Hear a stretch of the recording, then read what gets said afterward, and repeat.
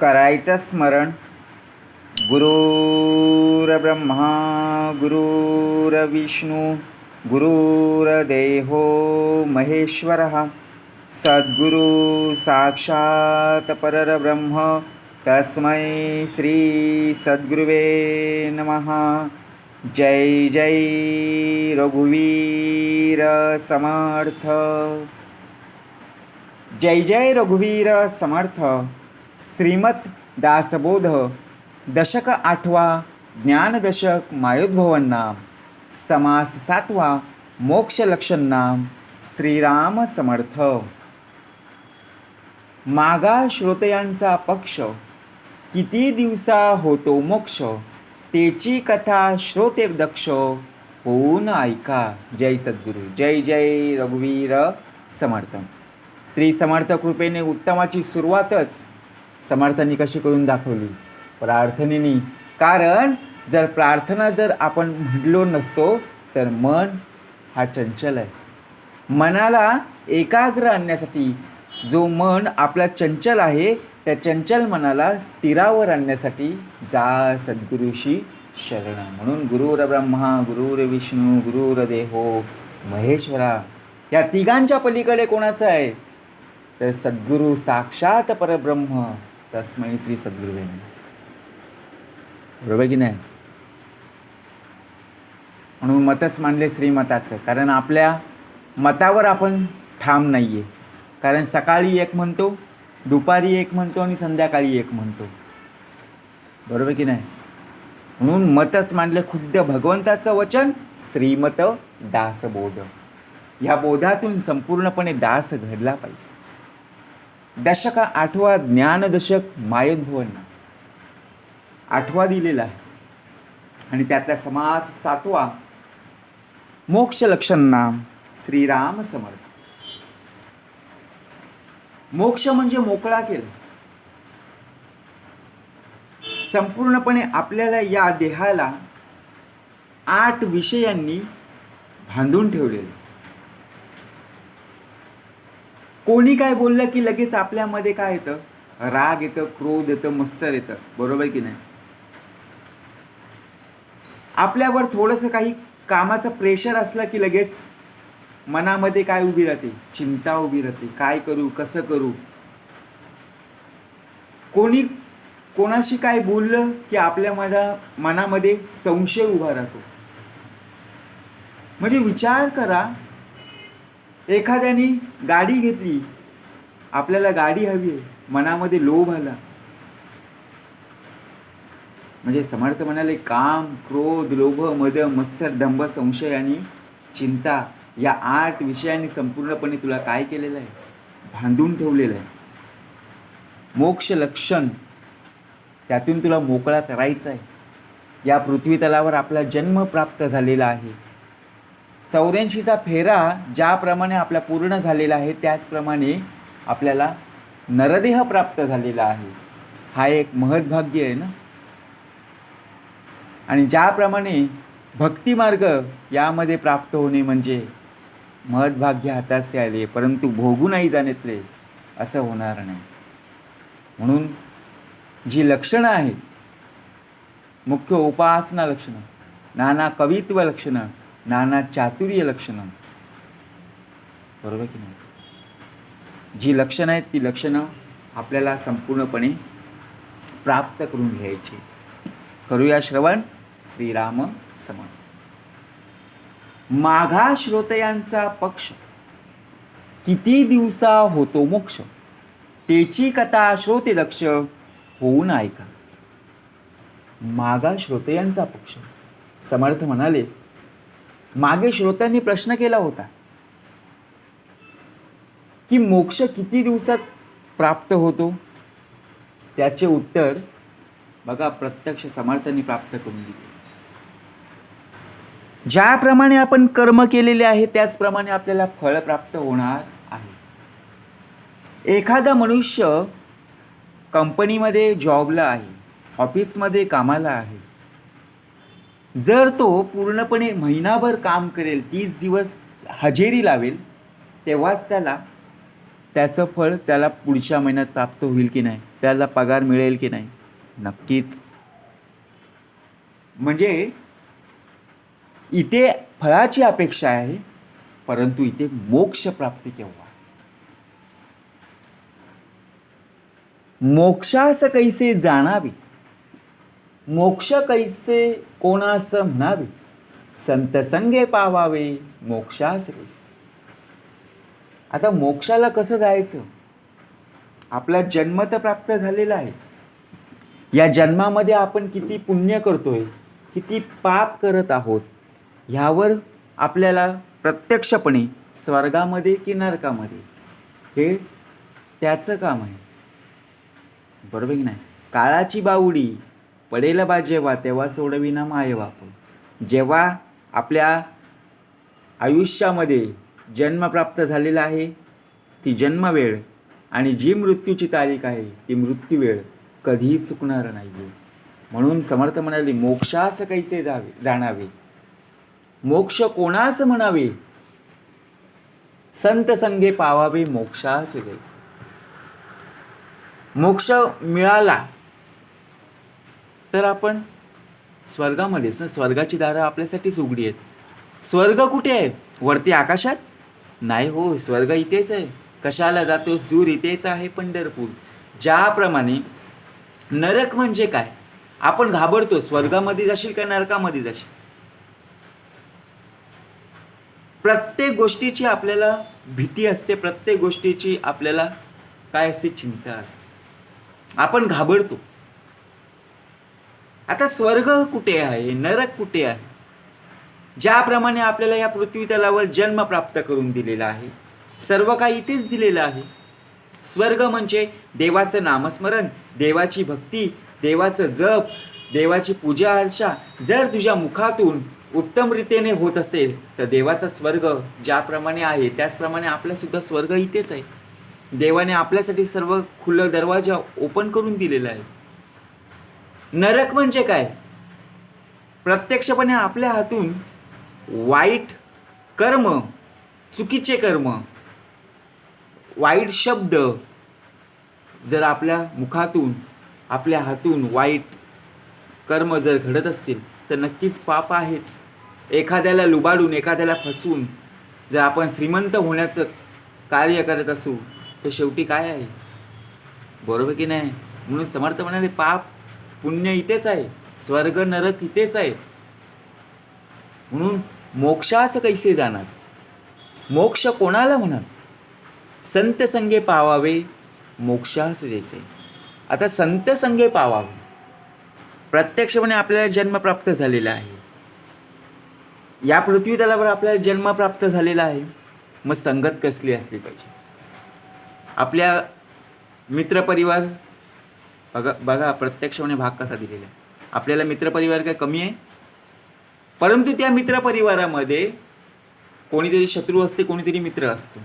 एक दिवस हा मित्र असतो, तो दुसऱ्या दिवशी तो मित्र असतो. पण संगत कशी असावी?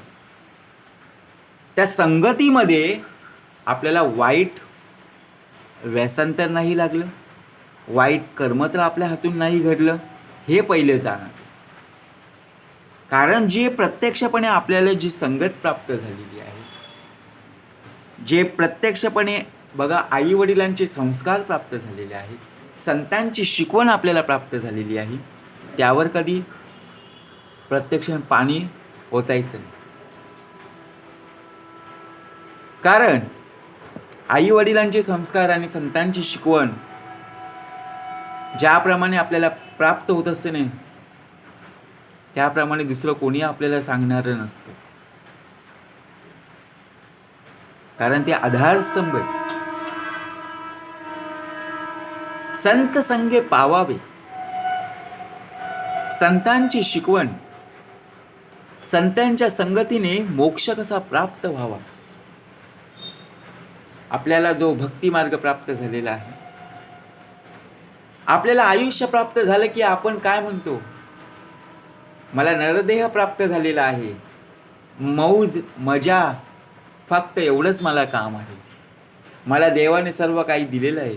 परंतु आयुष्य जरी फुकट दिलेलं असेल ना, तरी फुकट घालू नकोस रे, पुनरपि संसार येणे नाही. या आयुष्यामध्ये तुला हा नरदेह प्राप्त झालेला आहे, त्याची किंमत आपल्याला करता येणार नाही.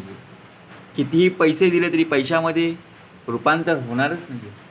म्हणून संगत कशी प्राप्त व्हावी, त्याचप्रमाणे आपल्याला कसा मोक्ष प्राप्त होईल.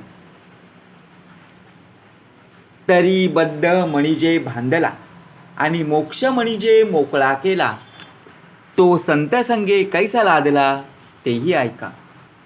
बद्ध म्हणजे बांधला. आता बद्ध म्हणजे बांधलेला आहे आणि मोक्ष म्हणजे मोकळा केलेला आहे. ज्याप्रमाणे बघा, आपल्या घरामध्ये एखादा पक्षी असतो बघा, आपण पाळलेला असतो. एखादा पोपट बघूया, कुणाच्या अंतःकरणाला लागेल धक्का, ऐसी वर्तणूक करू नका आणि कुणालाही बोलू नका. कारण पशुपक्षी गुणवंत, त्याच कृपा करीती समर्थ. घरट्यामध्ये पक्षी असतो बघा, त्याला पंख असतं.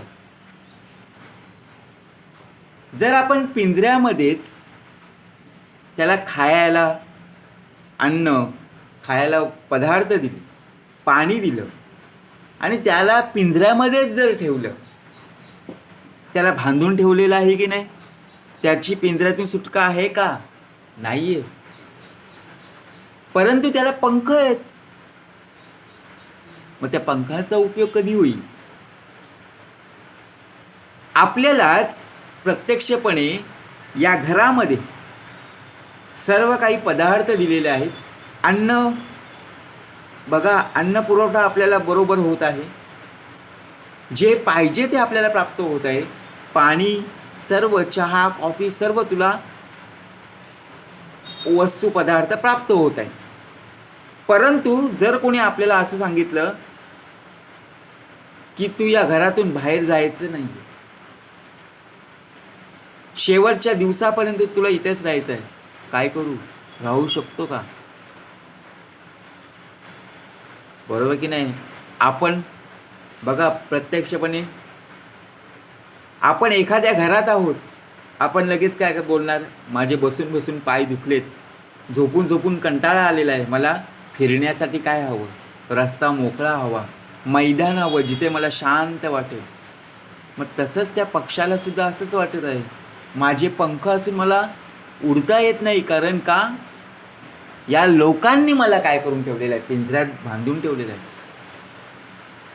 प्रत्यक्षपणे त्याची सुटका करायला आपले जर पाय आणि हात बांधून ठेवले बघा, तर आपल्याला सर्व पदार्थ, वस्तू सर्व दिलेल्या आहेत, आपल्याला खाता येईल का? पिंजऱ्यात बांधून ठेवले, घरामध्ये ठेवून दिले, आपले हातपाय नाही बांधले, परंतु आपल्याला घरामध्येच फक्त राहायचं आहे. परंतु आपण नाही राहू शकत. संध्याकाळ झाली की लगेच आपण घराबाहेर पडत असतो, तो रात्री येतो. विचार करा. म्हणून समर्थ म्हणाले, तरी बद्ध म्हणजे बांधला आणि मोक्ष म्हणजे मोकळा केला, तो संत संगी कैसा लादला तोही ऐका. पुढची ओवी समर्थांनी कशी दिली आहे, श्रवण करू. प्राणी संकल्पे बांधला, जीवपणे बद्ध झाला, तो विवेकमुक्त केला साधूजनी.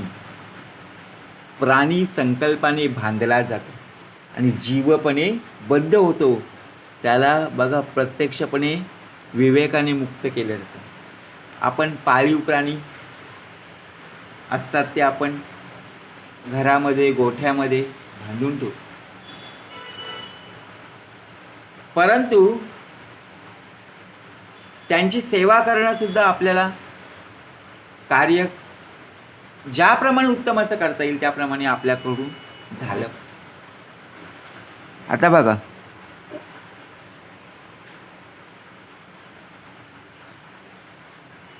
ज्याप्रमाणे प्राणी आहेत,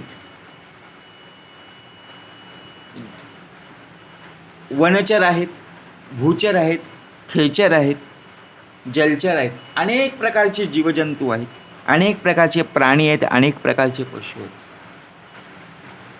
जर पाहायला गेलो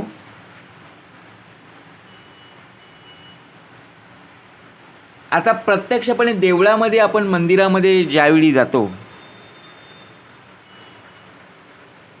त्यावेळी बघा,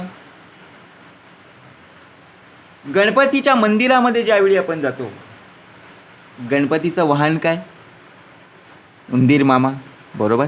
त्याला सुद्धा आपण नमस्कार करतो की नाही? कारण का? गणपतीचं वाहन आहे. गणपती बाप्पाच्या चरणी पण नतमस्तक होतो. परंतु घरामध्ये सुद्धा उंदीर येतात, मग आपण त्यांना बाहेर का काढतो? कारण त्या घरामधले जे वस्तू आहेत ते कुरतडतात, वस्तूची विल्हेवाट लावतात, मग त्यांना शेवटी घराबाहेर काढलं जातं. त्याचप्रमाणे भाग समर्थांनी दिलेला आहे. प्राणी संकल्पे बांधला, जो संतांच्या चरणी नतमस्तक झाला त्याची सुटका नक्कीच आहे, कारण तो मोकळा होणारच आहे, बरोबर की नाही? आणि असाच मोकळा जर सुटलेला असेल मग त्याला बांधणं कठीण आहे. भाग समजला? तो विवेक मुक्त केला साधूजन. मी जीवा ऐसा संकल्प, दृढ धरिता गेले कल्प, तेने प्राणी झाला अल्प देहबुद्धीचा. मी जीव आहे असा दृढ संकल्प करून युगेच्या युगे गेली, त्यामुळे प्राणी अल्पज्ञ देहबुद्धीचा झाला. आता आपण जन्माला यायच्या अगोदर बघा, प्रत्यक्षपणे आपल्याला हा नरदेह प्राप्त झालेला आहे. परंतु मागचा जन्म आठवतो का हो? मागच्या जन्मी आपण कोण होतो आठवतं? अहो, काल काय जेवलं ते आठवत नाही, तर मागच्या जन्मी कोण होतं ते कसं आठवणार? बरोबर की नाही? म्हणून समर्थ म्हणाले, काय करा ते आत्ता करा आणि जाते घडी आपली जागा. भविष्याची चिंता करू नकोस, वर्तमान काळ उत्तमाचा असला पाहिजे. ज्याप्रमाणे कृतयुग, त्रेतायुग, द्वापारयुग आणि प्रत्यक्षपणे चालू काय आहे आता कलियुग. ज्याप्रमाणे पृथ्वीवरती बघा, प्रत्यक्षपणे कृतयुग, त्रेतायुग, द्वापारयुग आणि कलियुग 4 युग आहेत ना. आपला जन्मसुद्धा कृतयुगामध्येच, त्रेतायुगामध्ये सुद्धा झालेला होता, द्वापारयुगामध्ये पण आणि आता कलियुगामध्ये पण. परंतु आपल्याला नरदेहच प्राप्त आहे का? नाहीये. आपल्या 84चा फेरा आहे. आता आपल्याला प्रत्यक्षपणे नरदेह प्राप्त झालेला आहे आणि आता इथून सुटायचं आहे, इथून मोकळा व्हायचं आहे. परत संसारामध्ये अडकायचं नाहीये, परत प्रपंचामध्ये. समर्थ म्हणाले, पुनरपी संसार येणे नाही. मी जीव ऐसा संकल्प, दृढ धरिता गेले कल्प, तेने प्राणी झाला अल्प देहबुद्धीचा. संकल्प मनामध्ये ठाम असला पाहिजे. भाग आपल्यासाठी आहे, हा दशक, हा त्यातला समाज सुद्धा हा आपल्यासाठीच आहे. मोक्ष म्हणजे मोकळा. मी जीव मज बंधन, मज आहे जन्म मरण, केल्या कर्माचे फळ आपण भोगीना.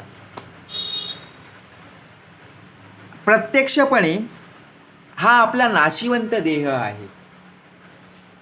ज्याप्रमाणे या पृथ्वी तलावर आपला जन्म प्राप्त झालेला आहे, दिलेला आहे ना, मज आहे जन्म मरण.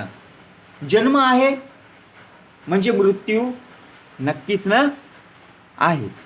कोणी अमरपट्टा लावून आलेला नाही. केल्या कर्माचे फळ आपण भोगीनात.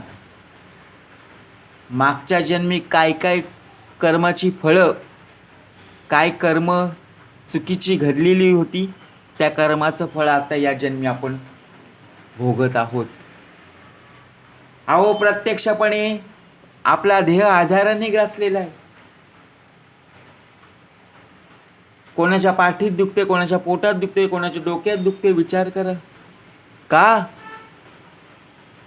कारण मागच्या जन्मीचे कर्म आहेत. शेवटी भोग भोगावेच आहे, कोणाला सोडलेलं नाहीये.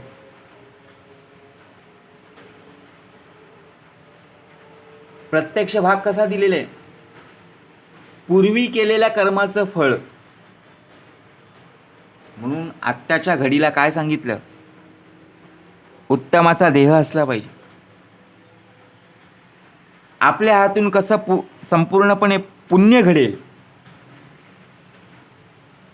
आणि पाप नष्ट होईल. परंतु आता आपण जिथे जातो तिथे पुण्याही कमी करतो आणि पाप वाढवत जातो. बरोबर की नाही. पापाचे फळ ते दुःख आणि पुण्याचे फळ ते सुख. पाप पुण्य आवश्यक भोगणेला. आता पापाचे फळ ते दुःख. ज्याप्रमाणे पाप करताना आपल्याला मजा वाटते ना, कारण नाशिवंत देह आहे. या देहाची आपल्याला किंमत नाही. आपल्या हातून नकळतपणे पाप घडलं जातं. कारण त्याचप्रमाणे जी संगत प्राप्त झालेली आहे ना आणि विषय वासना आड येते, तेव्हा नक्कीच पाप यातना भोगावे लागते. आता विचार करा, कुणाच्या अंतःकरणाला लागेल धक्का. ऐसी वर्तणूक करू नका आणि कुणालाही बोलू नका. प्रत्यक्षपणे कलियुग चालू आहे. या कलियुगामध्ये जसा बाप व्यसन आहे, बघा प्रत्यक्षपणे व्यसनी आहे, त्याचप्रमाणे बाप पोराला सांगतो दुकानात जा आणि मला काय घेऊन ये, सिगारेट घेऊन ये, तंबाखू घेऊन ये. सोडलं कोणी? पोराला, बापानी. आता विचार करा, ज्याने सोडलेला आहे तो मोठे होऊन काय करणार आहे?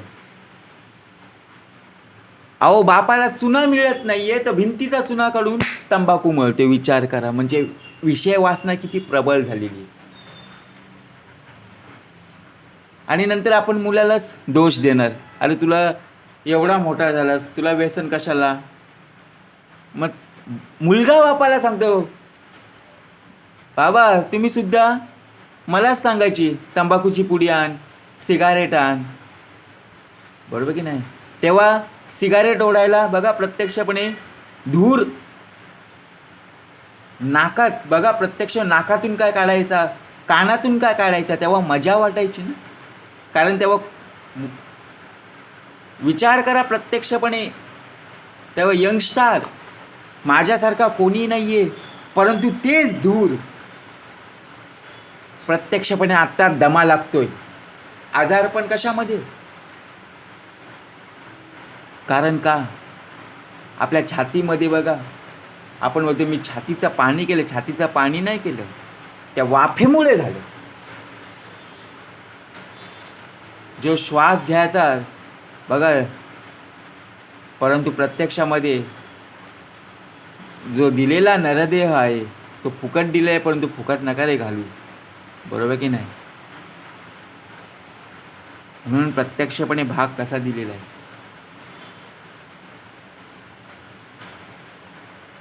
पापाचे फळ ते दुःख. शेवटी दुःख का भोगावे लागतात, का सांगावं लागतं? समर्थ म्हणाले, आपण लहानच आहोत ना अजून. समर्थ म्हणाले, लहानपण देगा देवा, मुंगी साखरेचा रवा, ऐरावत रत्न थोर, त्याचे अंकुशाचं माड.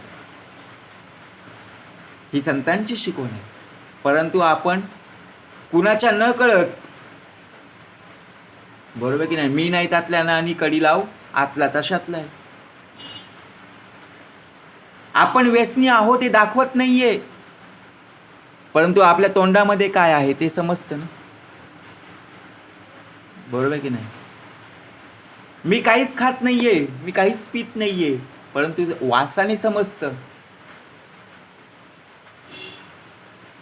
एकदा का विषय वासनेला, एकदा का व्यसनामध्ये जर देह अडकला ना, इथून सुटका नाही हो. जी सवय लागून गेली ना, मग तीच सवय या नरदेहाला आयुष्याची माती संपूर्णपणे घालवायला वेळ लावणार नाही. संपूर्णपणे तो नरदेहच नष्ट करून टाकणारा तो व्यसन आहे. म्हणून समर्थ म्हणाले, संगत कशी हवी.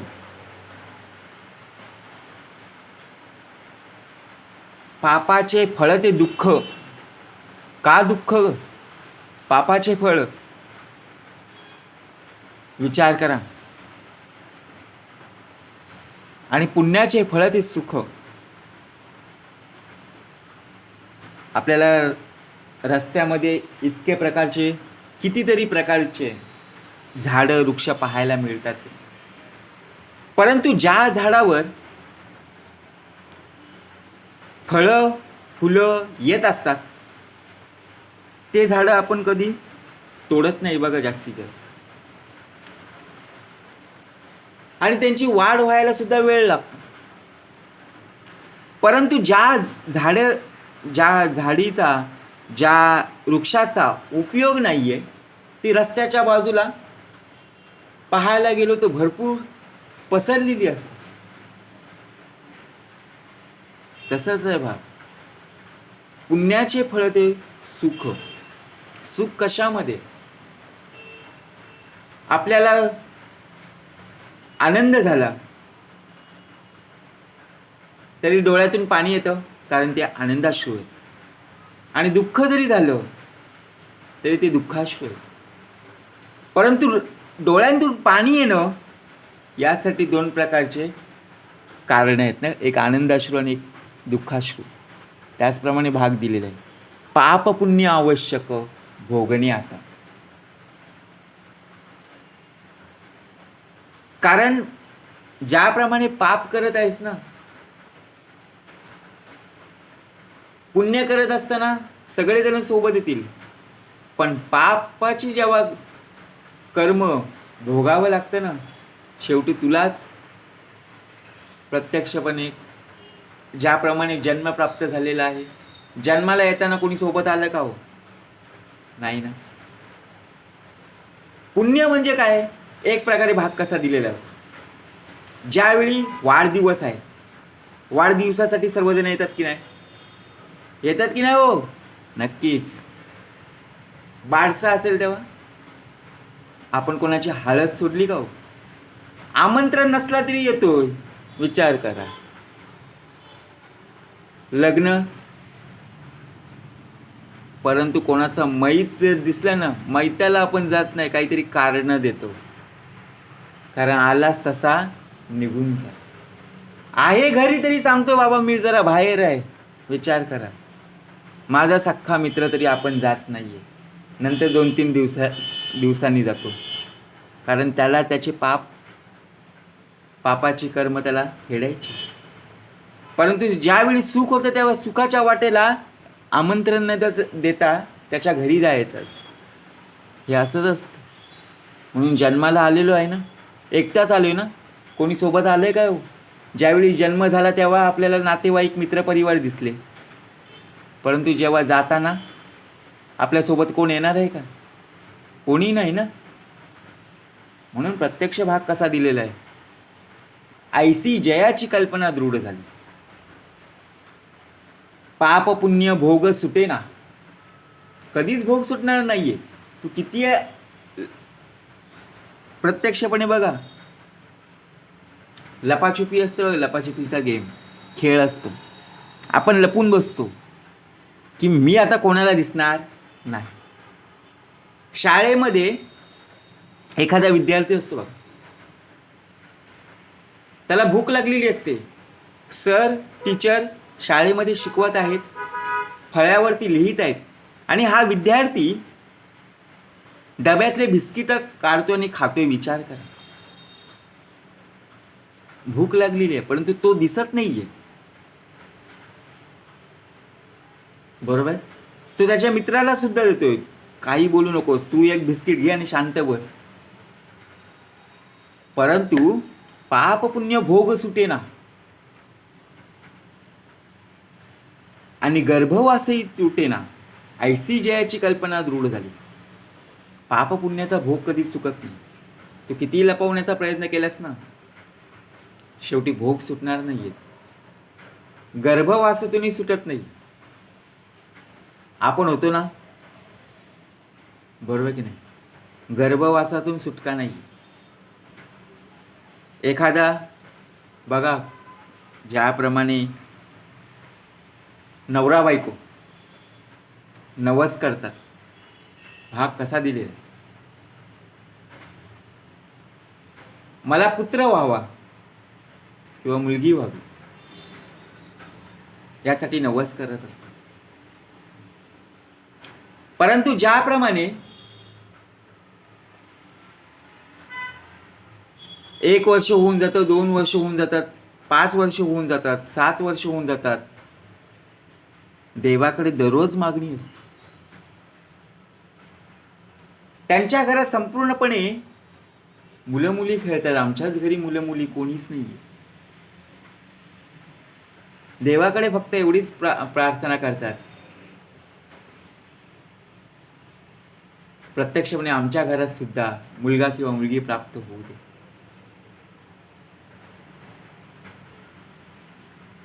देणे ईश्वराचे. नवस सायास करून बघा, प्रत्यक्षपणे आपण नशिबावर अवलंबून असतो. नशीब आपल्याला साथ देईल की नाही ते माहिती नाही, परंतु कर्म उत्तमाचे असले पाहिजे. ज्या वेळेला आपला जन्म आहे त्याच वेळेलाच जन्म प्राप्त होणार आहे. जन्माला आलेला आहे देह, ज्याप्रमाणे 10-11 वर्षाने त्याला पुत्रप्राप्ती झाली, आलेला आहे नरदेह. बघा, त्याला खूप आनंद झाला. परंतु फक्त 5 दिवस या पृथ्वी तलावर राहिला आणि शेवटी 6व्या दिवशी जसा होता तसा निघून गेला. कार्यकाळ तेवढाच होता, पुण्याई तेवढीच होती. जशी तुझी मागणी होती त्याचप्रमाणे पुरवठा झालेला. म्हणून दोष कोणाचा? आपण दोष कोणावर ठेवतो? आपल्यावर जळणारे लोक किती आहेत? आपल्यावर वाईट दृष्टिकोनातून बघणारे लोक किती आहेत? समर्थ म्हणाले, दुसऱ्यांच्या अंतःकरणाला लागेल धक्का, ऐसी वर्तणूक करू नका आणि कुणालाही बोलू नका. पहावे आपणासी आपण. गर्भवासही सुटेना, ऐसी जयाची कल्पना दृढ झाली. तया नाव बांधला, जीवपणे बद्ध झाला.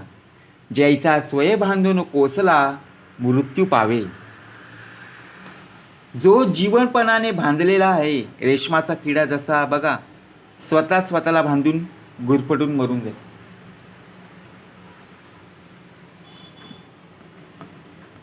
एखादा पक्षी असतो बघा, एखादा कोळी असतो, एखादे रेशमी किडा असतो, जो ज्याप्रमाणे घर बांधतो, ज्याप्रमाणे जाळी विणतो, त्याप्रमाणे आपल्याला करता येईल का हो? करा प्रयत्न, नाहीच होऊ शकत. किती काही केलं तरी त्यांच्यासारखं घर आपल्याला बांधता येणारच नाही. आपल्याला मजा काय येते माहिती?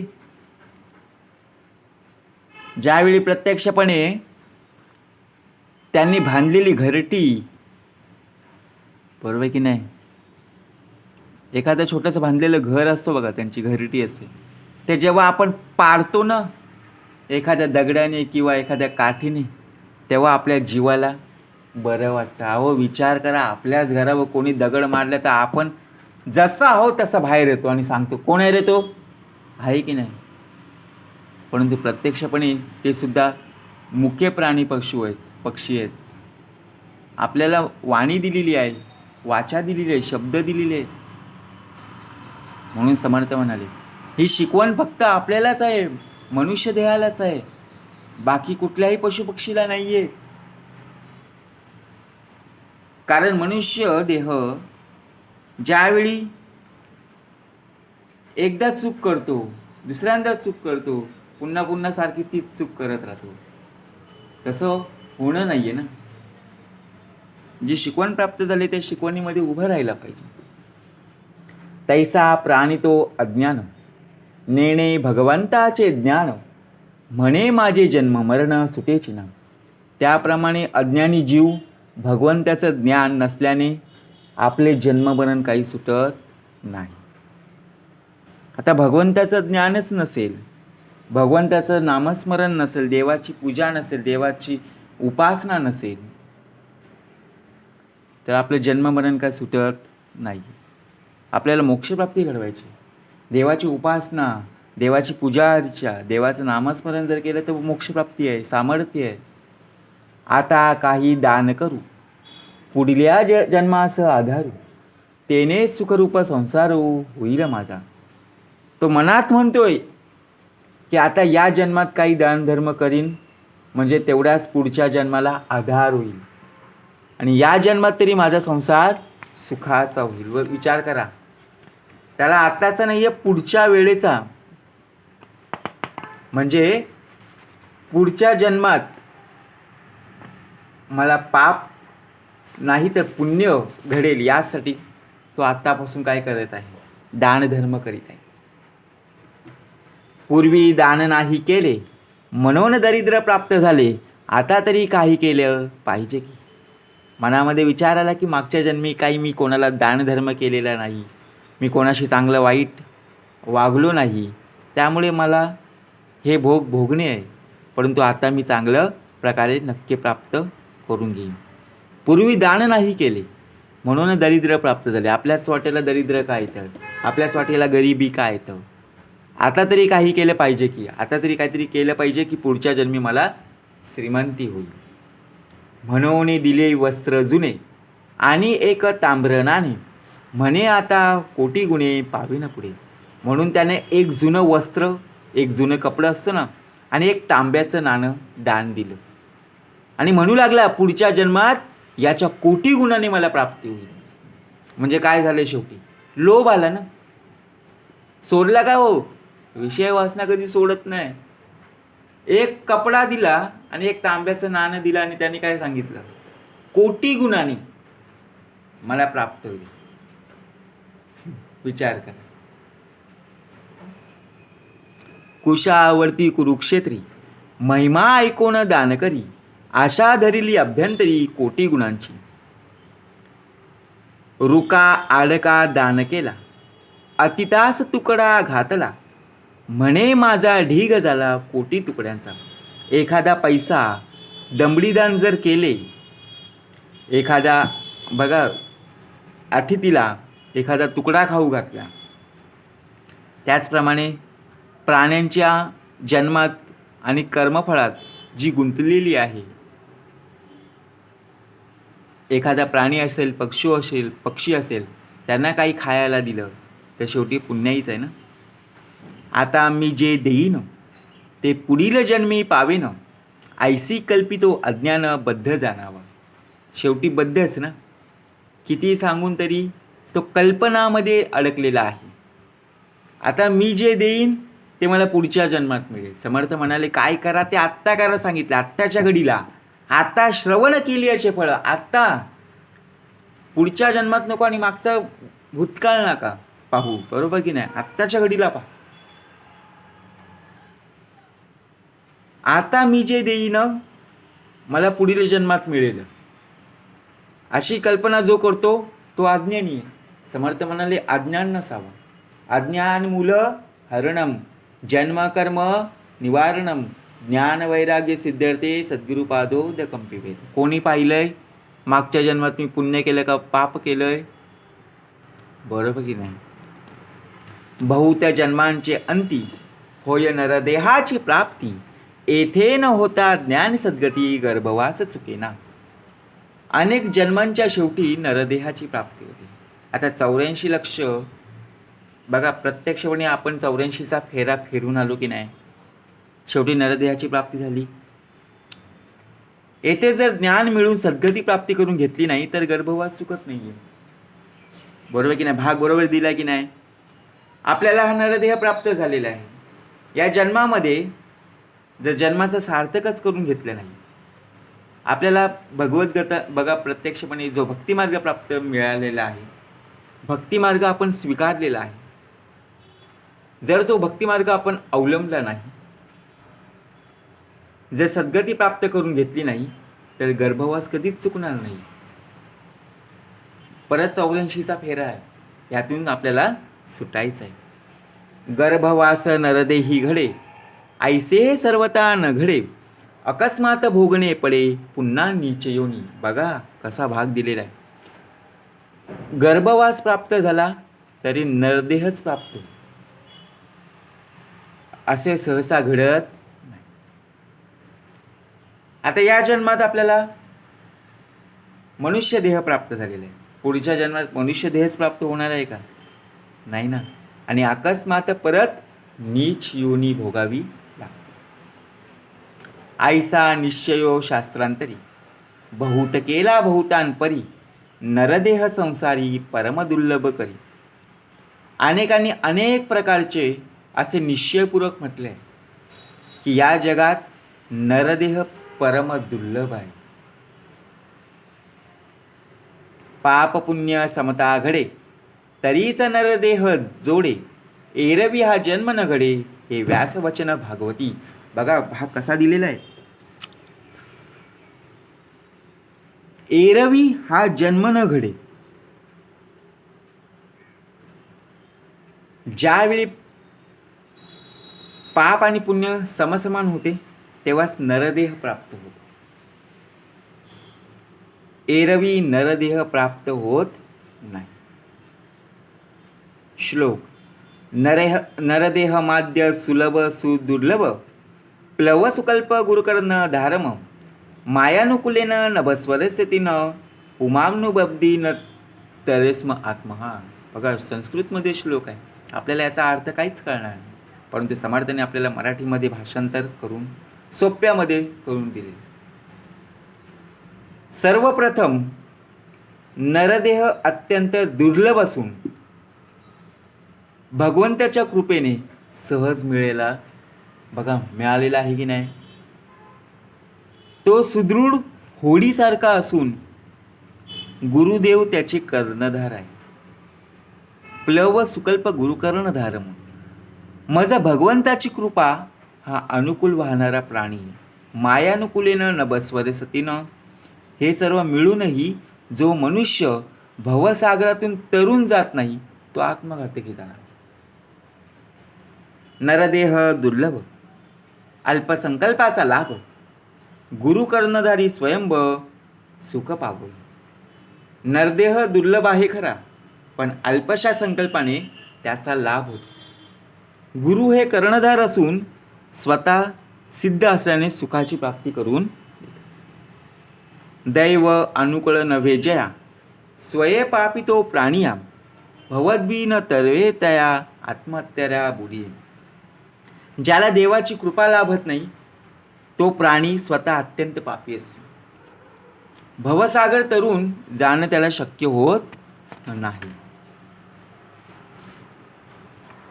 ज्ञाने विन प्राणियांसी, जन्म मृत्यू लक्ष 84, तितकुळ आत्महत्या त्यासी, म्हणून आत्महत्या.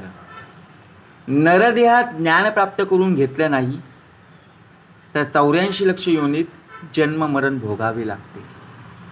बघा जर नरदेहात ज्ञान प्राप्त करून घेतलं नाही तर शेवटी काय सांगितलं, 84 लक्ष योनीत जन्म मरण भोगावं लागतं. आणि तितक्याच आत्महत्या त्याला घडवतात, म्हणून त्याला आत्महत्या असं म्हटलं. म्हणून इथून आपल्याला सुटायचं आहे. नरदेही ज्ञाने विना, कदान चुके जन्म मरण, भोगणे लागती दारुण नाना नीच योनी. नरदेह प्राप्त झाला तरी त्यास ज्ञान प्राप्त करून घेतले नाही तर जन्म मरणातून त्याची सुटका नाही आहे. जर नरदेह आपल्याला प्राप्त झालेला आहे आणि आपल्याला जो भक्ती मार्ग प्राप्त झालेला आहे ते भक्तीची ओळखच आपण करून घेतली नाही तर यातून सुटका नाहीच. रीस मर्कट श्वान सुकर. बघा प्रत्यक्ष प्राणी दिलेले आहे, पशु दिलेले आहे, पक्षी दिलेले आहे. अश्व ऋषभ मैसाकर, काक कुरकट जंबुक मार्जर, सरळ बेडूक मक्षिका. अस्वल दिलेला आहे, माकड, कुत्रा, डुक्कर, घोडा, बैल, रेडा, गाढव, कावळा, कोंबडा, कोल्हा, बेडूक, माशी इत्यादी नीच योनी. ज्ञान नसता भोगणे जनी, आशाधरी मूर्ख जनी, पुढील या जन्माची. बघा भाग कसा दिलेला आहे. इत्यादी नीच योनी ज्ञान न झाल्याने लोकांना भोगाव्या लागतात. मूर्ख प्राणी पुढल्या जन्माची आशा धरीत असतो. हा नरदेह पडता तोची पाविजे मागुता, ऐसा विश्वास धरीजा लाज नाही. हा नरदेह पडल्यावर पुन्हा नरदेहच मिळेल असा विश्वास धरण्याची त्यांना लाजही वाटत नाही. कोण पुण्याचा संग्रह जे पुन्हा पाविजे नरदेहो, दुराशा धरिली पाहो पुढील या जन्माची. त्यांनी काय असा मोठा पुण्यसंग्रह केलेला असतो की परत नरदेहच लाभेल, पण तरी पण पुढल्या मनुष्य जन्माची दुराशा बाळगतो. ऐसा मूर्ख अज्ञानजन केले संकल्पे बंधन, शत्रू आपणासी आपण होऊन ठेला. असे जे मूर्ख आणि अज्ञानी लोक असतात ना, जे स्वतःच्या संकल्पनेनेच बांधले जातात आणि आपलेच शत्रू होऊन राहतात. श्लोक. आत्मवे आत्मनो बंधुरात्मये रिपुरात्मनम. आपणच आपले बंधू आणि आपणच आपले शत्रू असतो. ऐसे संकल्पाचे बंधन संत संगे तुटे जाण, ऐकतयाचे लक्षण सांगिजेल. असे जे संकल्पनामुळे बंधन उत्पन्न होते ते संत संघाने तुटले जातात, हे जाणून घेतलं पाहिजे. आता त्याचे लक्षण काय आहे ते समजून घेतलं पाहिजे. पांचभूतांचे शरीर निर्माण झाले सचराचर, प्रकृती स्वभावे जगताकार वर्तू लागे. समाससुद्धा उत्तमाचा आहे, समास मोठा आहे. म्हणून ज्याप्रमाणे आपल्याला सुद्धा वेळेची मर्यादा आहे त्याचप्रमाणे आपल्याला काय करायचं आहे, श्रवण करायचं आहे. आपले शरीर हे सर्व चराचर आणि पंचमहाभूतांपासून तयार झालेले आहे. पृथ्वी, आप, तेज, वायू आणि आकाश. प्रकृतीच्या स्वभावानुसार या जगातील सर्व कार्य चालले आहे. देह अवस्था अभिमान, स्थाने भोगमात्रा गुण, शक्ती आदी करून लक्षण चौपुटी तत्वांचे. देह अवस्था अभिमान स्थान भोग मात्रा गुण शक्ती अशी 8 तत्वे आहेत. एका देहाची व याच्या चौपट म्हणजे 32 तत्व यांची देहधारी होती. ऐसे पिंड ब्रह्मांड रचना, विस्तार वाढिली कल्पना, निर्धारित तत्वज्ञाना मते भांबावते. जे पिंडी ते ब्रह्मांडी अशी पिंडाची आणि ब्रह्मांडाची रचना विस्तार पावल्याने तत्वज्ञानाचा निर्धार करताना अनेक कल्पनांच्या योगे मतामतांचा गोंधळ झालेला आहे. नाना मती नाना भेद, भेदे वाढती विवाद, परी तो ऐक्यताचा संवाद साधू जाणते. नाना मते नाना भेद, त्यामुळे वादविवाद उत्पन्न झाले. पण त्या सर्वांचा समन्वय कसा साधायचा, त्या संवादाचे लक्षण पंचभूतिक देह जाण, त्या देहामध्ये कारण आत्मा ओळखावा. त्या संवादाचं लक्षण याप्रमाणेच आहे. देह पंचभूतिक आहे आणि आत्मा हा कारण प्रत्यक्षपणे ओळखतो. देह अंती नसो न जाय, त्यास आत्मा म्हणू नये. नाना तत्वांचा समुदाय देहामध्ये आला. देह शेवटी नष्ट होतो, कारण देह प्रत्यक्षपणे नाशिवंत आहे. अंतरीचा अंतरात्मा हा शाश्वती. म्हणून असं कधीही म्हणू नये या देहामध्ये नाना तत्वे एकत्र आलेली आहे. अंतकरण मनबुद्धी चित्त अहंकार हे अंतकरण पंचक, प्राण अपान व्यान आणि उदान समान हे प्राणपंचक, शब्द स्पर्श रूपरस गंध हे विषय पंचक आणि 5 कर्मेंद्रिय आणि 5 ज्ञानेंद्रिय मिळून सूक्ष्म देहांचा विचार या पद्धतीने केला जातो. अंतकरण प्राणाधिक, विषय इंद्रिय दशक, हाच सूक्ष्माचा विवेक. घेता सूक्ष्माची शुद्धी, भिन्न अंतकरण मनशुद्धी, नाना तत्वांची उपाधी, वेगळा आत्मा. सूक्ष्म देहाचा जर विचार केला, अंतकरण मनबुद्धी आणि इतर नाना तत्वांच्या उपाधी होऊन आत्मा वेगळाच आहे. स्थूल सूक्ष्म कारण, महाकारण विराट हिरण्य, अव्याकृत मूळ प्रकृती जाणं, ऐसे अष्टदेव. स्थूल सूक्ष्म कारण आणि महाकारण हे पिंडाचे 4 काय आहे तत्वे आहेत. या ब्रह्मांडाचे 4 मिळून 8 देह, 4 पिंडी 4 ब्रह्मांडी, ऐसी अष्टदेहाची प्रौढी. प्रकृती पुरुषांची वाढी दशदेह बोलीचे, 4 पिंडाचे व 4 ब्रह्मांडाचे असे 8 देह होतात. याशिवाय प्रकृती आणि पुरुष मिळून 10 देह. ऐसे तत्वांचे लक्षण आत्मा साक्षी विलक्षण, कार्यकर्ता कारण दृश्य त्याचे. याप्रमाणे तत्वांचं लक्षण सांगितले. पण आत्मा याहून विलक्षण आहे, लक्षणहीन असून तो या सर्व तत्वांचा व कार्य म्हणजे कर्ता ईश्वर आणि कारण म्हणजे माया या सर्वांचाही साक्षी. जीव शिव पिंड ब्रह्मांड माया अविद्येचे बंड, हे सांगत असे उदंड पर्यात्मा तो वेगळा. पाहो जाता आत्मेचारी त्यांचे लक्षण अवधारी, हे जाणून अभ्यंतरी सदृढ धरावे. एक जीवात्मा दुसरा शिवात्मा, तिसरा परमात्मा जो शिवात्मा, चौथा म्हणजे निर्मळात्मा ऐसे चारी आत्मा. एक जीवात्मा दुसरा शिवात्मा तिसरा जो विश्वात्मा. बघा त्यालाच परमात्मा असेही म्हणतात, पण चौथा निर्मळात्मा असे 4 आत्मा सांगितले. भेद उंच नीच भासती, परिचारी एकची असती, ए विषयी दृष्टांत संमती सावध ऐका. का सांगितलं सावध ऐकायला? त्यात उंच नीच असे भेद भासत असले तरी वास्तविकता ते 4 एकच आहेत. हा दृष्टांत समजला पाहिजे. घटाकाश मटाकाश महादाकाश चिदाकाश, अवघे मिळून आकाश एकच असे. घटाकाश आणि मटाकाश, महादाकाश चिदाकाश हे 4 आकाश सांगितले. खरं पाहता सर्व मिळून एकच आकाश आहे. त्याचप्रमाणे प्रत्यक्षपणे भाग दिलेला आहे. तैसा जीवात्मा आणि शिवात्मा, परमात्मा आणि निर्मळात्मा अवघा मिळून आत्मा एकच असे. जीवात्मा शिवात्मा परमात्मा आणि निर्मळात्मा ही मिळून एकच आत्मा. घटी व्यापक जे आकाश तया नाव घटाकाश, पिंडी ब्रह्मांड ब्रह्मांश त्याचे जीवात्मा बोलीचे. मठी व्यापक जे आकाश तया नाव मठाकाश, तैसा ब्रह्मांडी जो ब्रह्मांश त्यास शिवात्मा बोलीचे. मठाला जे आकाश व्यापून असते त्यालाच मठाकाश म्हणतात.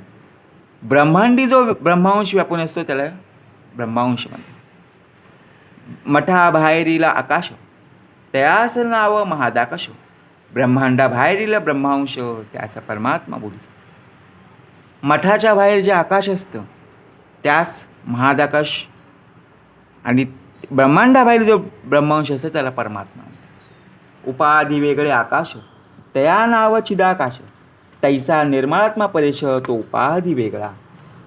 उपाधी योगे वाटे भिन्न, परिते आकाश अभिन्न, तैसा आत्मा स्वानंदगण एकची असे. दृश्य सबाह्य अंतरी, सूक्ष्मात्मा निरंतरी, त्याची वर्णावया थोरी शेष समर्थ नव्हे. दृश्याला आतून आणि बाहेरून जर व्यापून पाहिलं तर सूक्ष्मात्मा हा निरंतर एकच आहे. ऐसे आत्मयाचे लक्षण जाणता नाही जीवपण, उपाधी शोधित अभिन्न मुळीच. आत्म्याचं लक्षण नीट समजून घेतलं पाहिजे. 4 भेद, त्याचप्रमाणे उपाधीचा शोध घेतला तरच मिथ्या ठरते. देहाच्या उपाधीमुळे स्वतःला एकदेशी जीव समजला जातो आणि अहंकारामुळेच काय होतं, जन्म भोगावं लागतं. नीट विचार केला तर प्राण्याला जन्मच नाही आहे. जन्म मृत्यूपासून सुटणं यालाच मोक्ष झाला असं म्हणतात. परंतु तत्वांचा शोध घेऊ लागला असता त्या तत्वापासून आपण भिन्न आहोत हे कळून येते आणि शोध घेणारा वेगळा उरतच नाही आहे. कारण आपण म्हणजे ती वस्तूच आहे. ज्या प्रकारे आपण आरशात पाहतो त्यावेळी प्रत्यक्षपणे आपण स्वतःच आहोत, दुसरं कोणीही नाही आहे. म्हणून समर्थ म्हणाले आता शंकेचं निरसन होऊन संदेह वृत्ती नाहीशी झाली आहे आणि संतांच्या संगतीने तात्काळ मोक्षदायीची प्राप्ती झाली. सत्य बघा, ढगसुद्धा गडगडत आहेत, पाऊससुद्धा येतोय. स्वप्नामध्ये ज्याला वाटत होते की आपण बांधले गेलेलो आहोत त्याला जागृती आला असता कळून येते की आपण मोकळेच नाही आहेत. कारण स्वप्नामध्ये जो बांधला तो जागृतीने मोकळा केला. ज्ञान विवेक प्राणी आला मोक्ष प्राप्ती. स्वप्नामध्ये बांधलेला आहे. जागृतीमध्ये बघा, आपण स्वप्नामध्ये नाही ते आपण पाहत असतो, मध्येच ओरडत असतो मध्येच किंचाळत असतो आणि कोणीतरी आपल्याला उठवले की आपण जागृतीमध्ये उठून बसतो. असं काही झालंच नाही आहे. अज्ञान निसीचा अंती संकल्प दुःखे नासती ते नेगुणे होय प्राप्ती तात्काळ मोक्षाची. अज्ञानरूपी रात्रीचा शेवट झाला की संकल्पाने निर्माण झालेली दुःख नाहीशी होतात आणि त्यायोगे तात्काळ मोक्षाची प्राप्ती होते. तोडा वया स्वप्न बंधन न लगे अनेक साधन तयास प्रयत्न जागृती विना बोलोची. तैसा संकल्पे बांधला जीव त्यास अनेक नाही उपाव विवेक पाहता वाव बंधन होय. त्याप्रमाणे जर संकल्पाने जीव बांधलेला असतो आणि त्यातून सुटण्यास विवेकाशिवाय दुसरा पर्याय नाही. विवेक पाहिल्या विन जो जो उपावतो तो सीन विवेक पाहता आपण आत्माच असे. विवेक न करता दुसरी जी जी साधनं असतील ती शेवटी विवेक केला तरच आत्मा कसा आहे ते कळतं. म्हणून समर्थ म्हणाले, आत्मा याचा ठाई काही बद्ध मोक्ष दोन्ही नाही जन्म मृत्यू तेही सर्वही आत्मविन घडे. बद्ध का होतो? कारण मन आपला चंचल आहे, त्यामुळे बुद्धी भ्रमिष्ट होतं आणि बुद्धी भ्रमिष्ट झाली की संपूर्णपणे अज्ञान उभं राहतं. ते संपूर्णपणे बाजूला सारायचं आहे. म्हणून समर्थांनी उत्तमाचा आपल्याला श्लोक प्राप्त करून दिलेला आहे. अज्ञान मूलहरणम जन्मकर्म निवारणम ज्ञान वैराग्य सिद्धर्थे सद्गुरुपादो दकम पिवेत. हाच खरं मोक्षाचा प्राप्त आहे, हाच खरं मोक्षाची संपूर्णपणे मार्ग आहे. म्हणून समर्थ म्हणाले, मार्ग सापडे सुगम न लगे साधन दुर्गम सायुज्य मुक्तीचे वर्म ठाई पडे. आत्म याचा ठाई काही बद्ध मोक्ष दोन्ही नाही जन्म मृत्यू हे सर्वही आत्मविन घडे.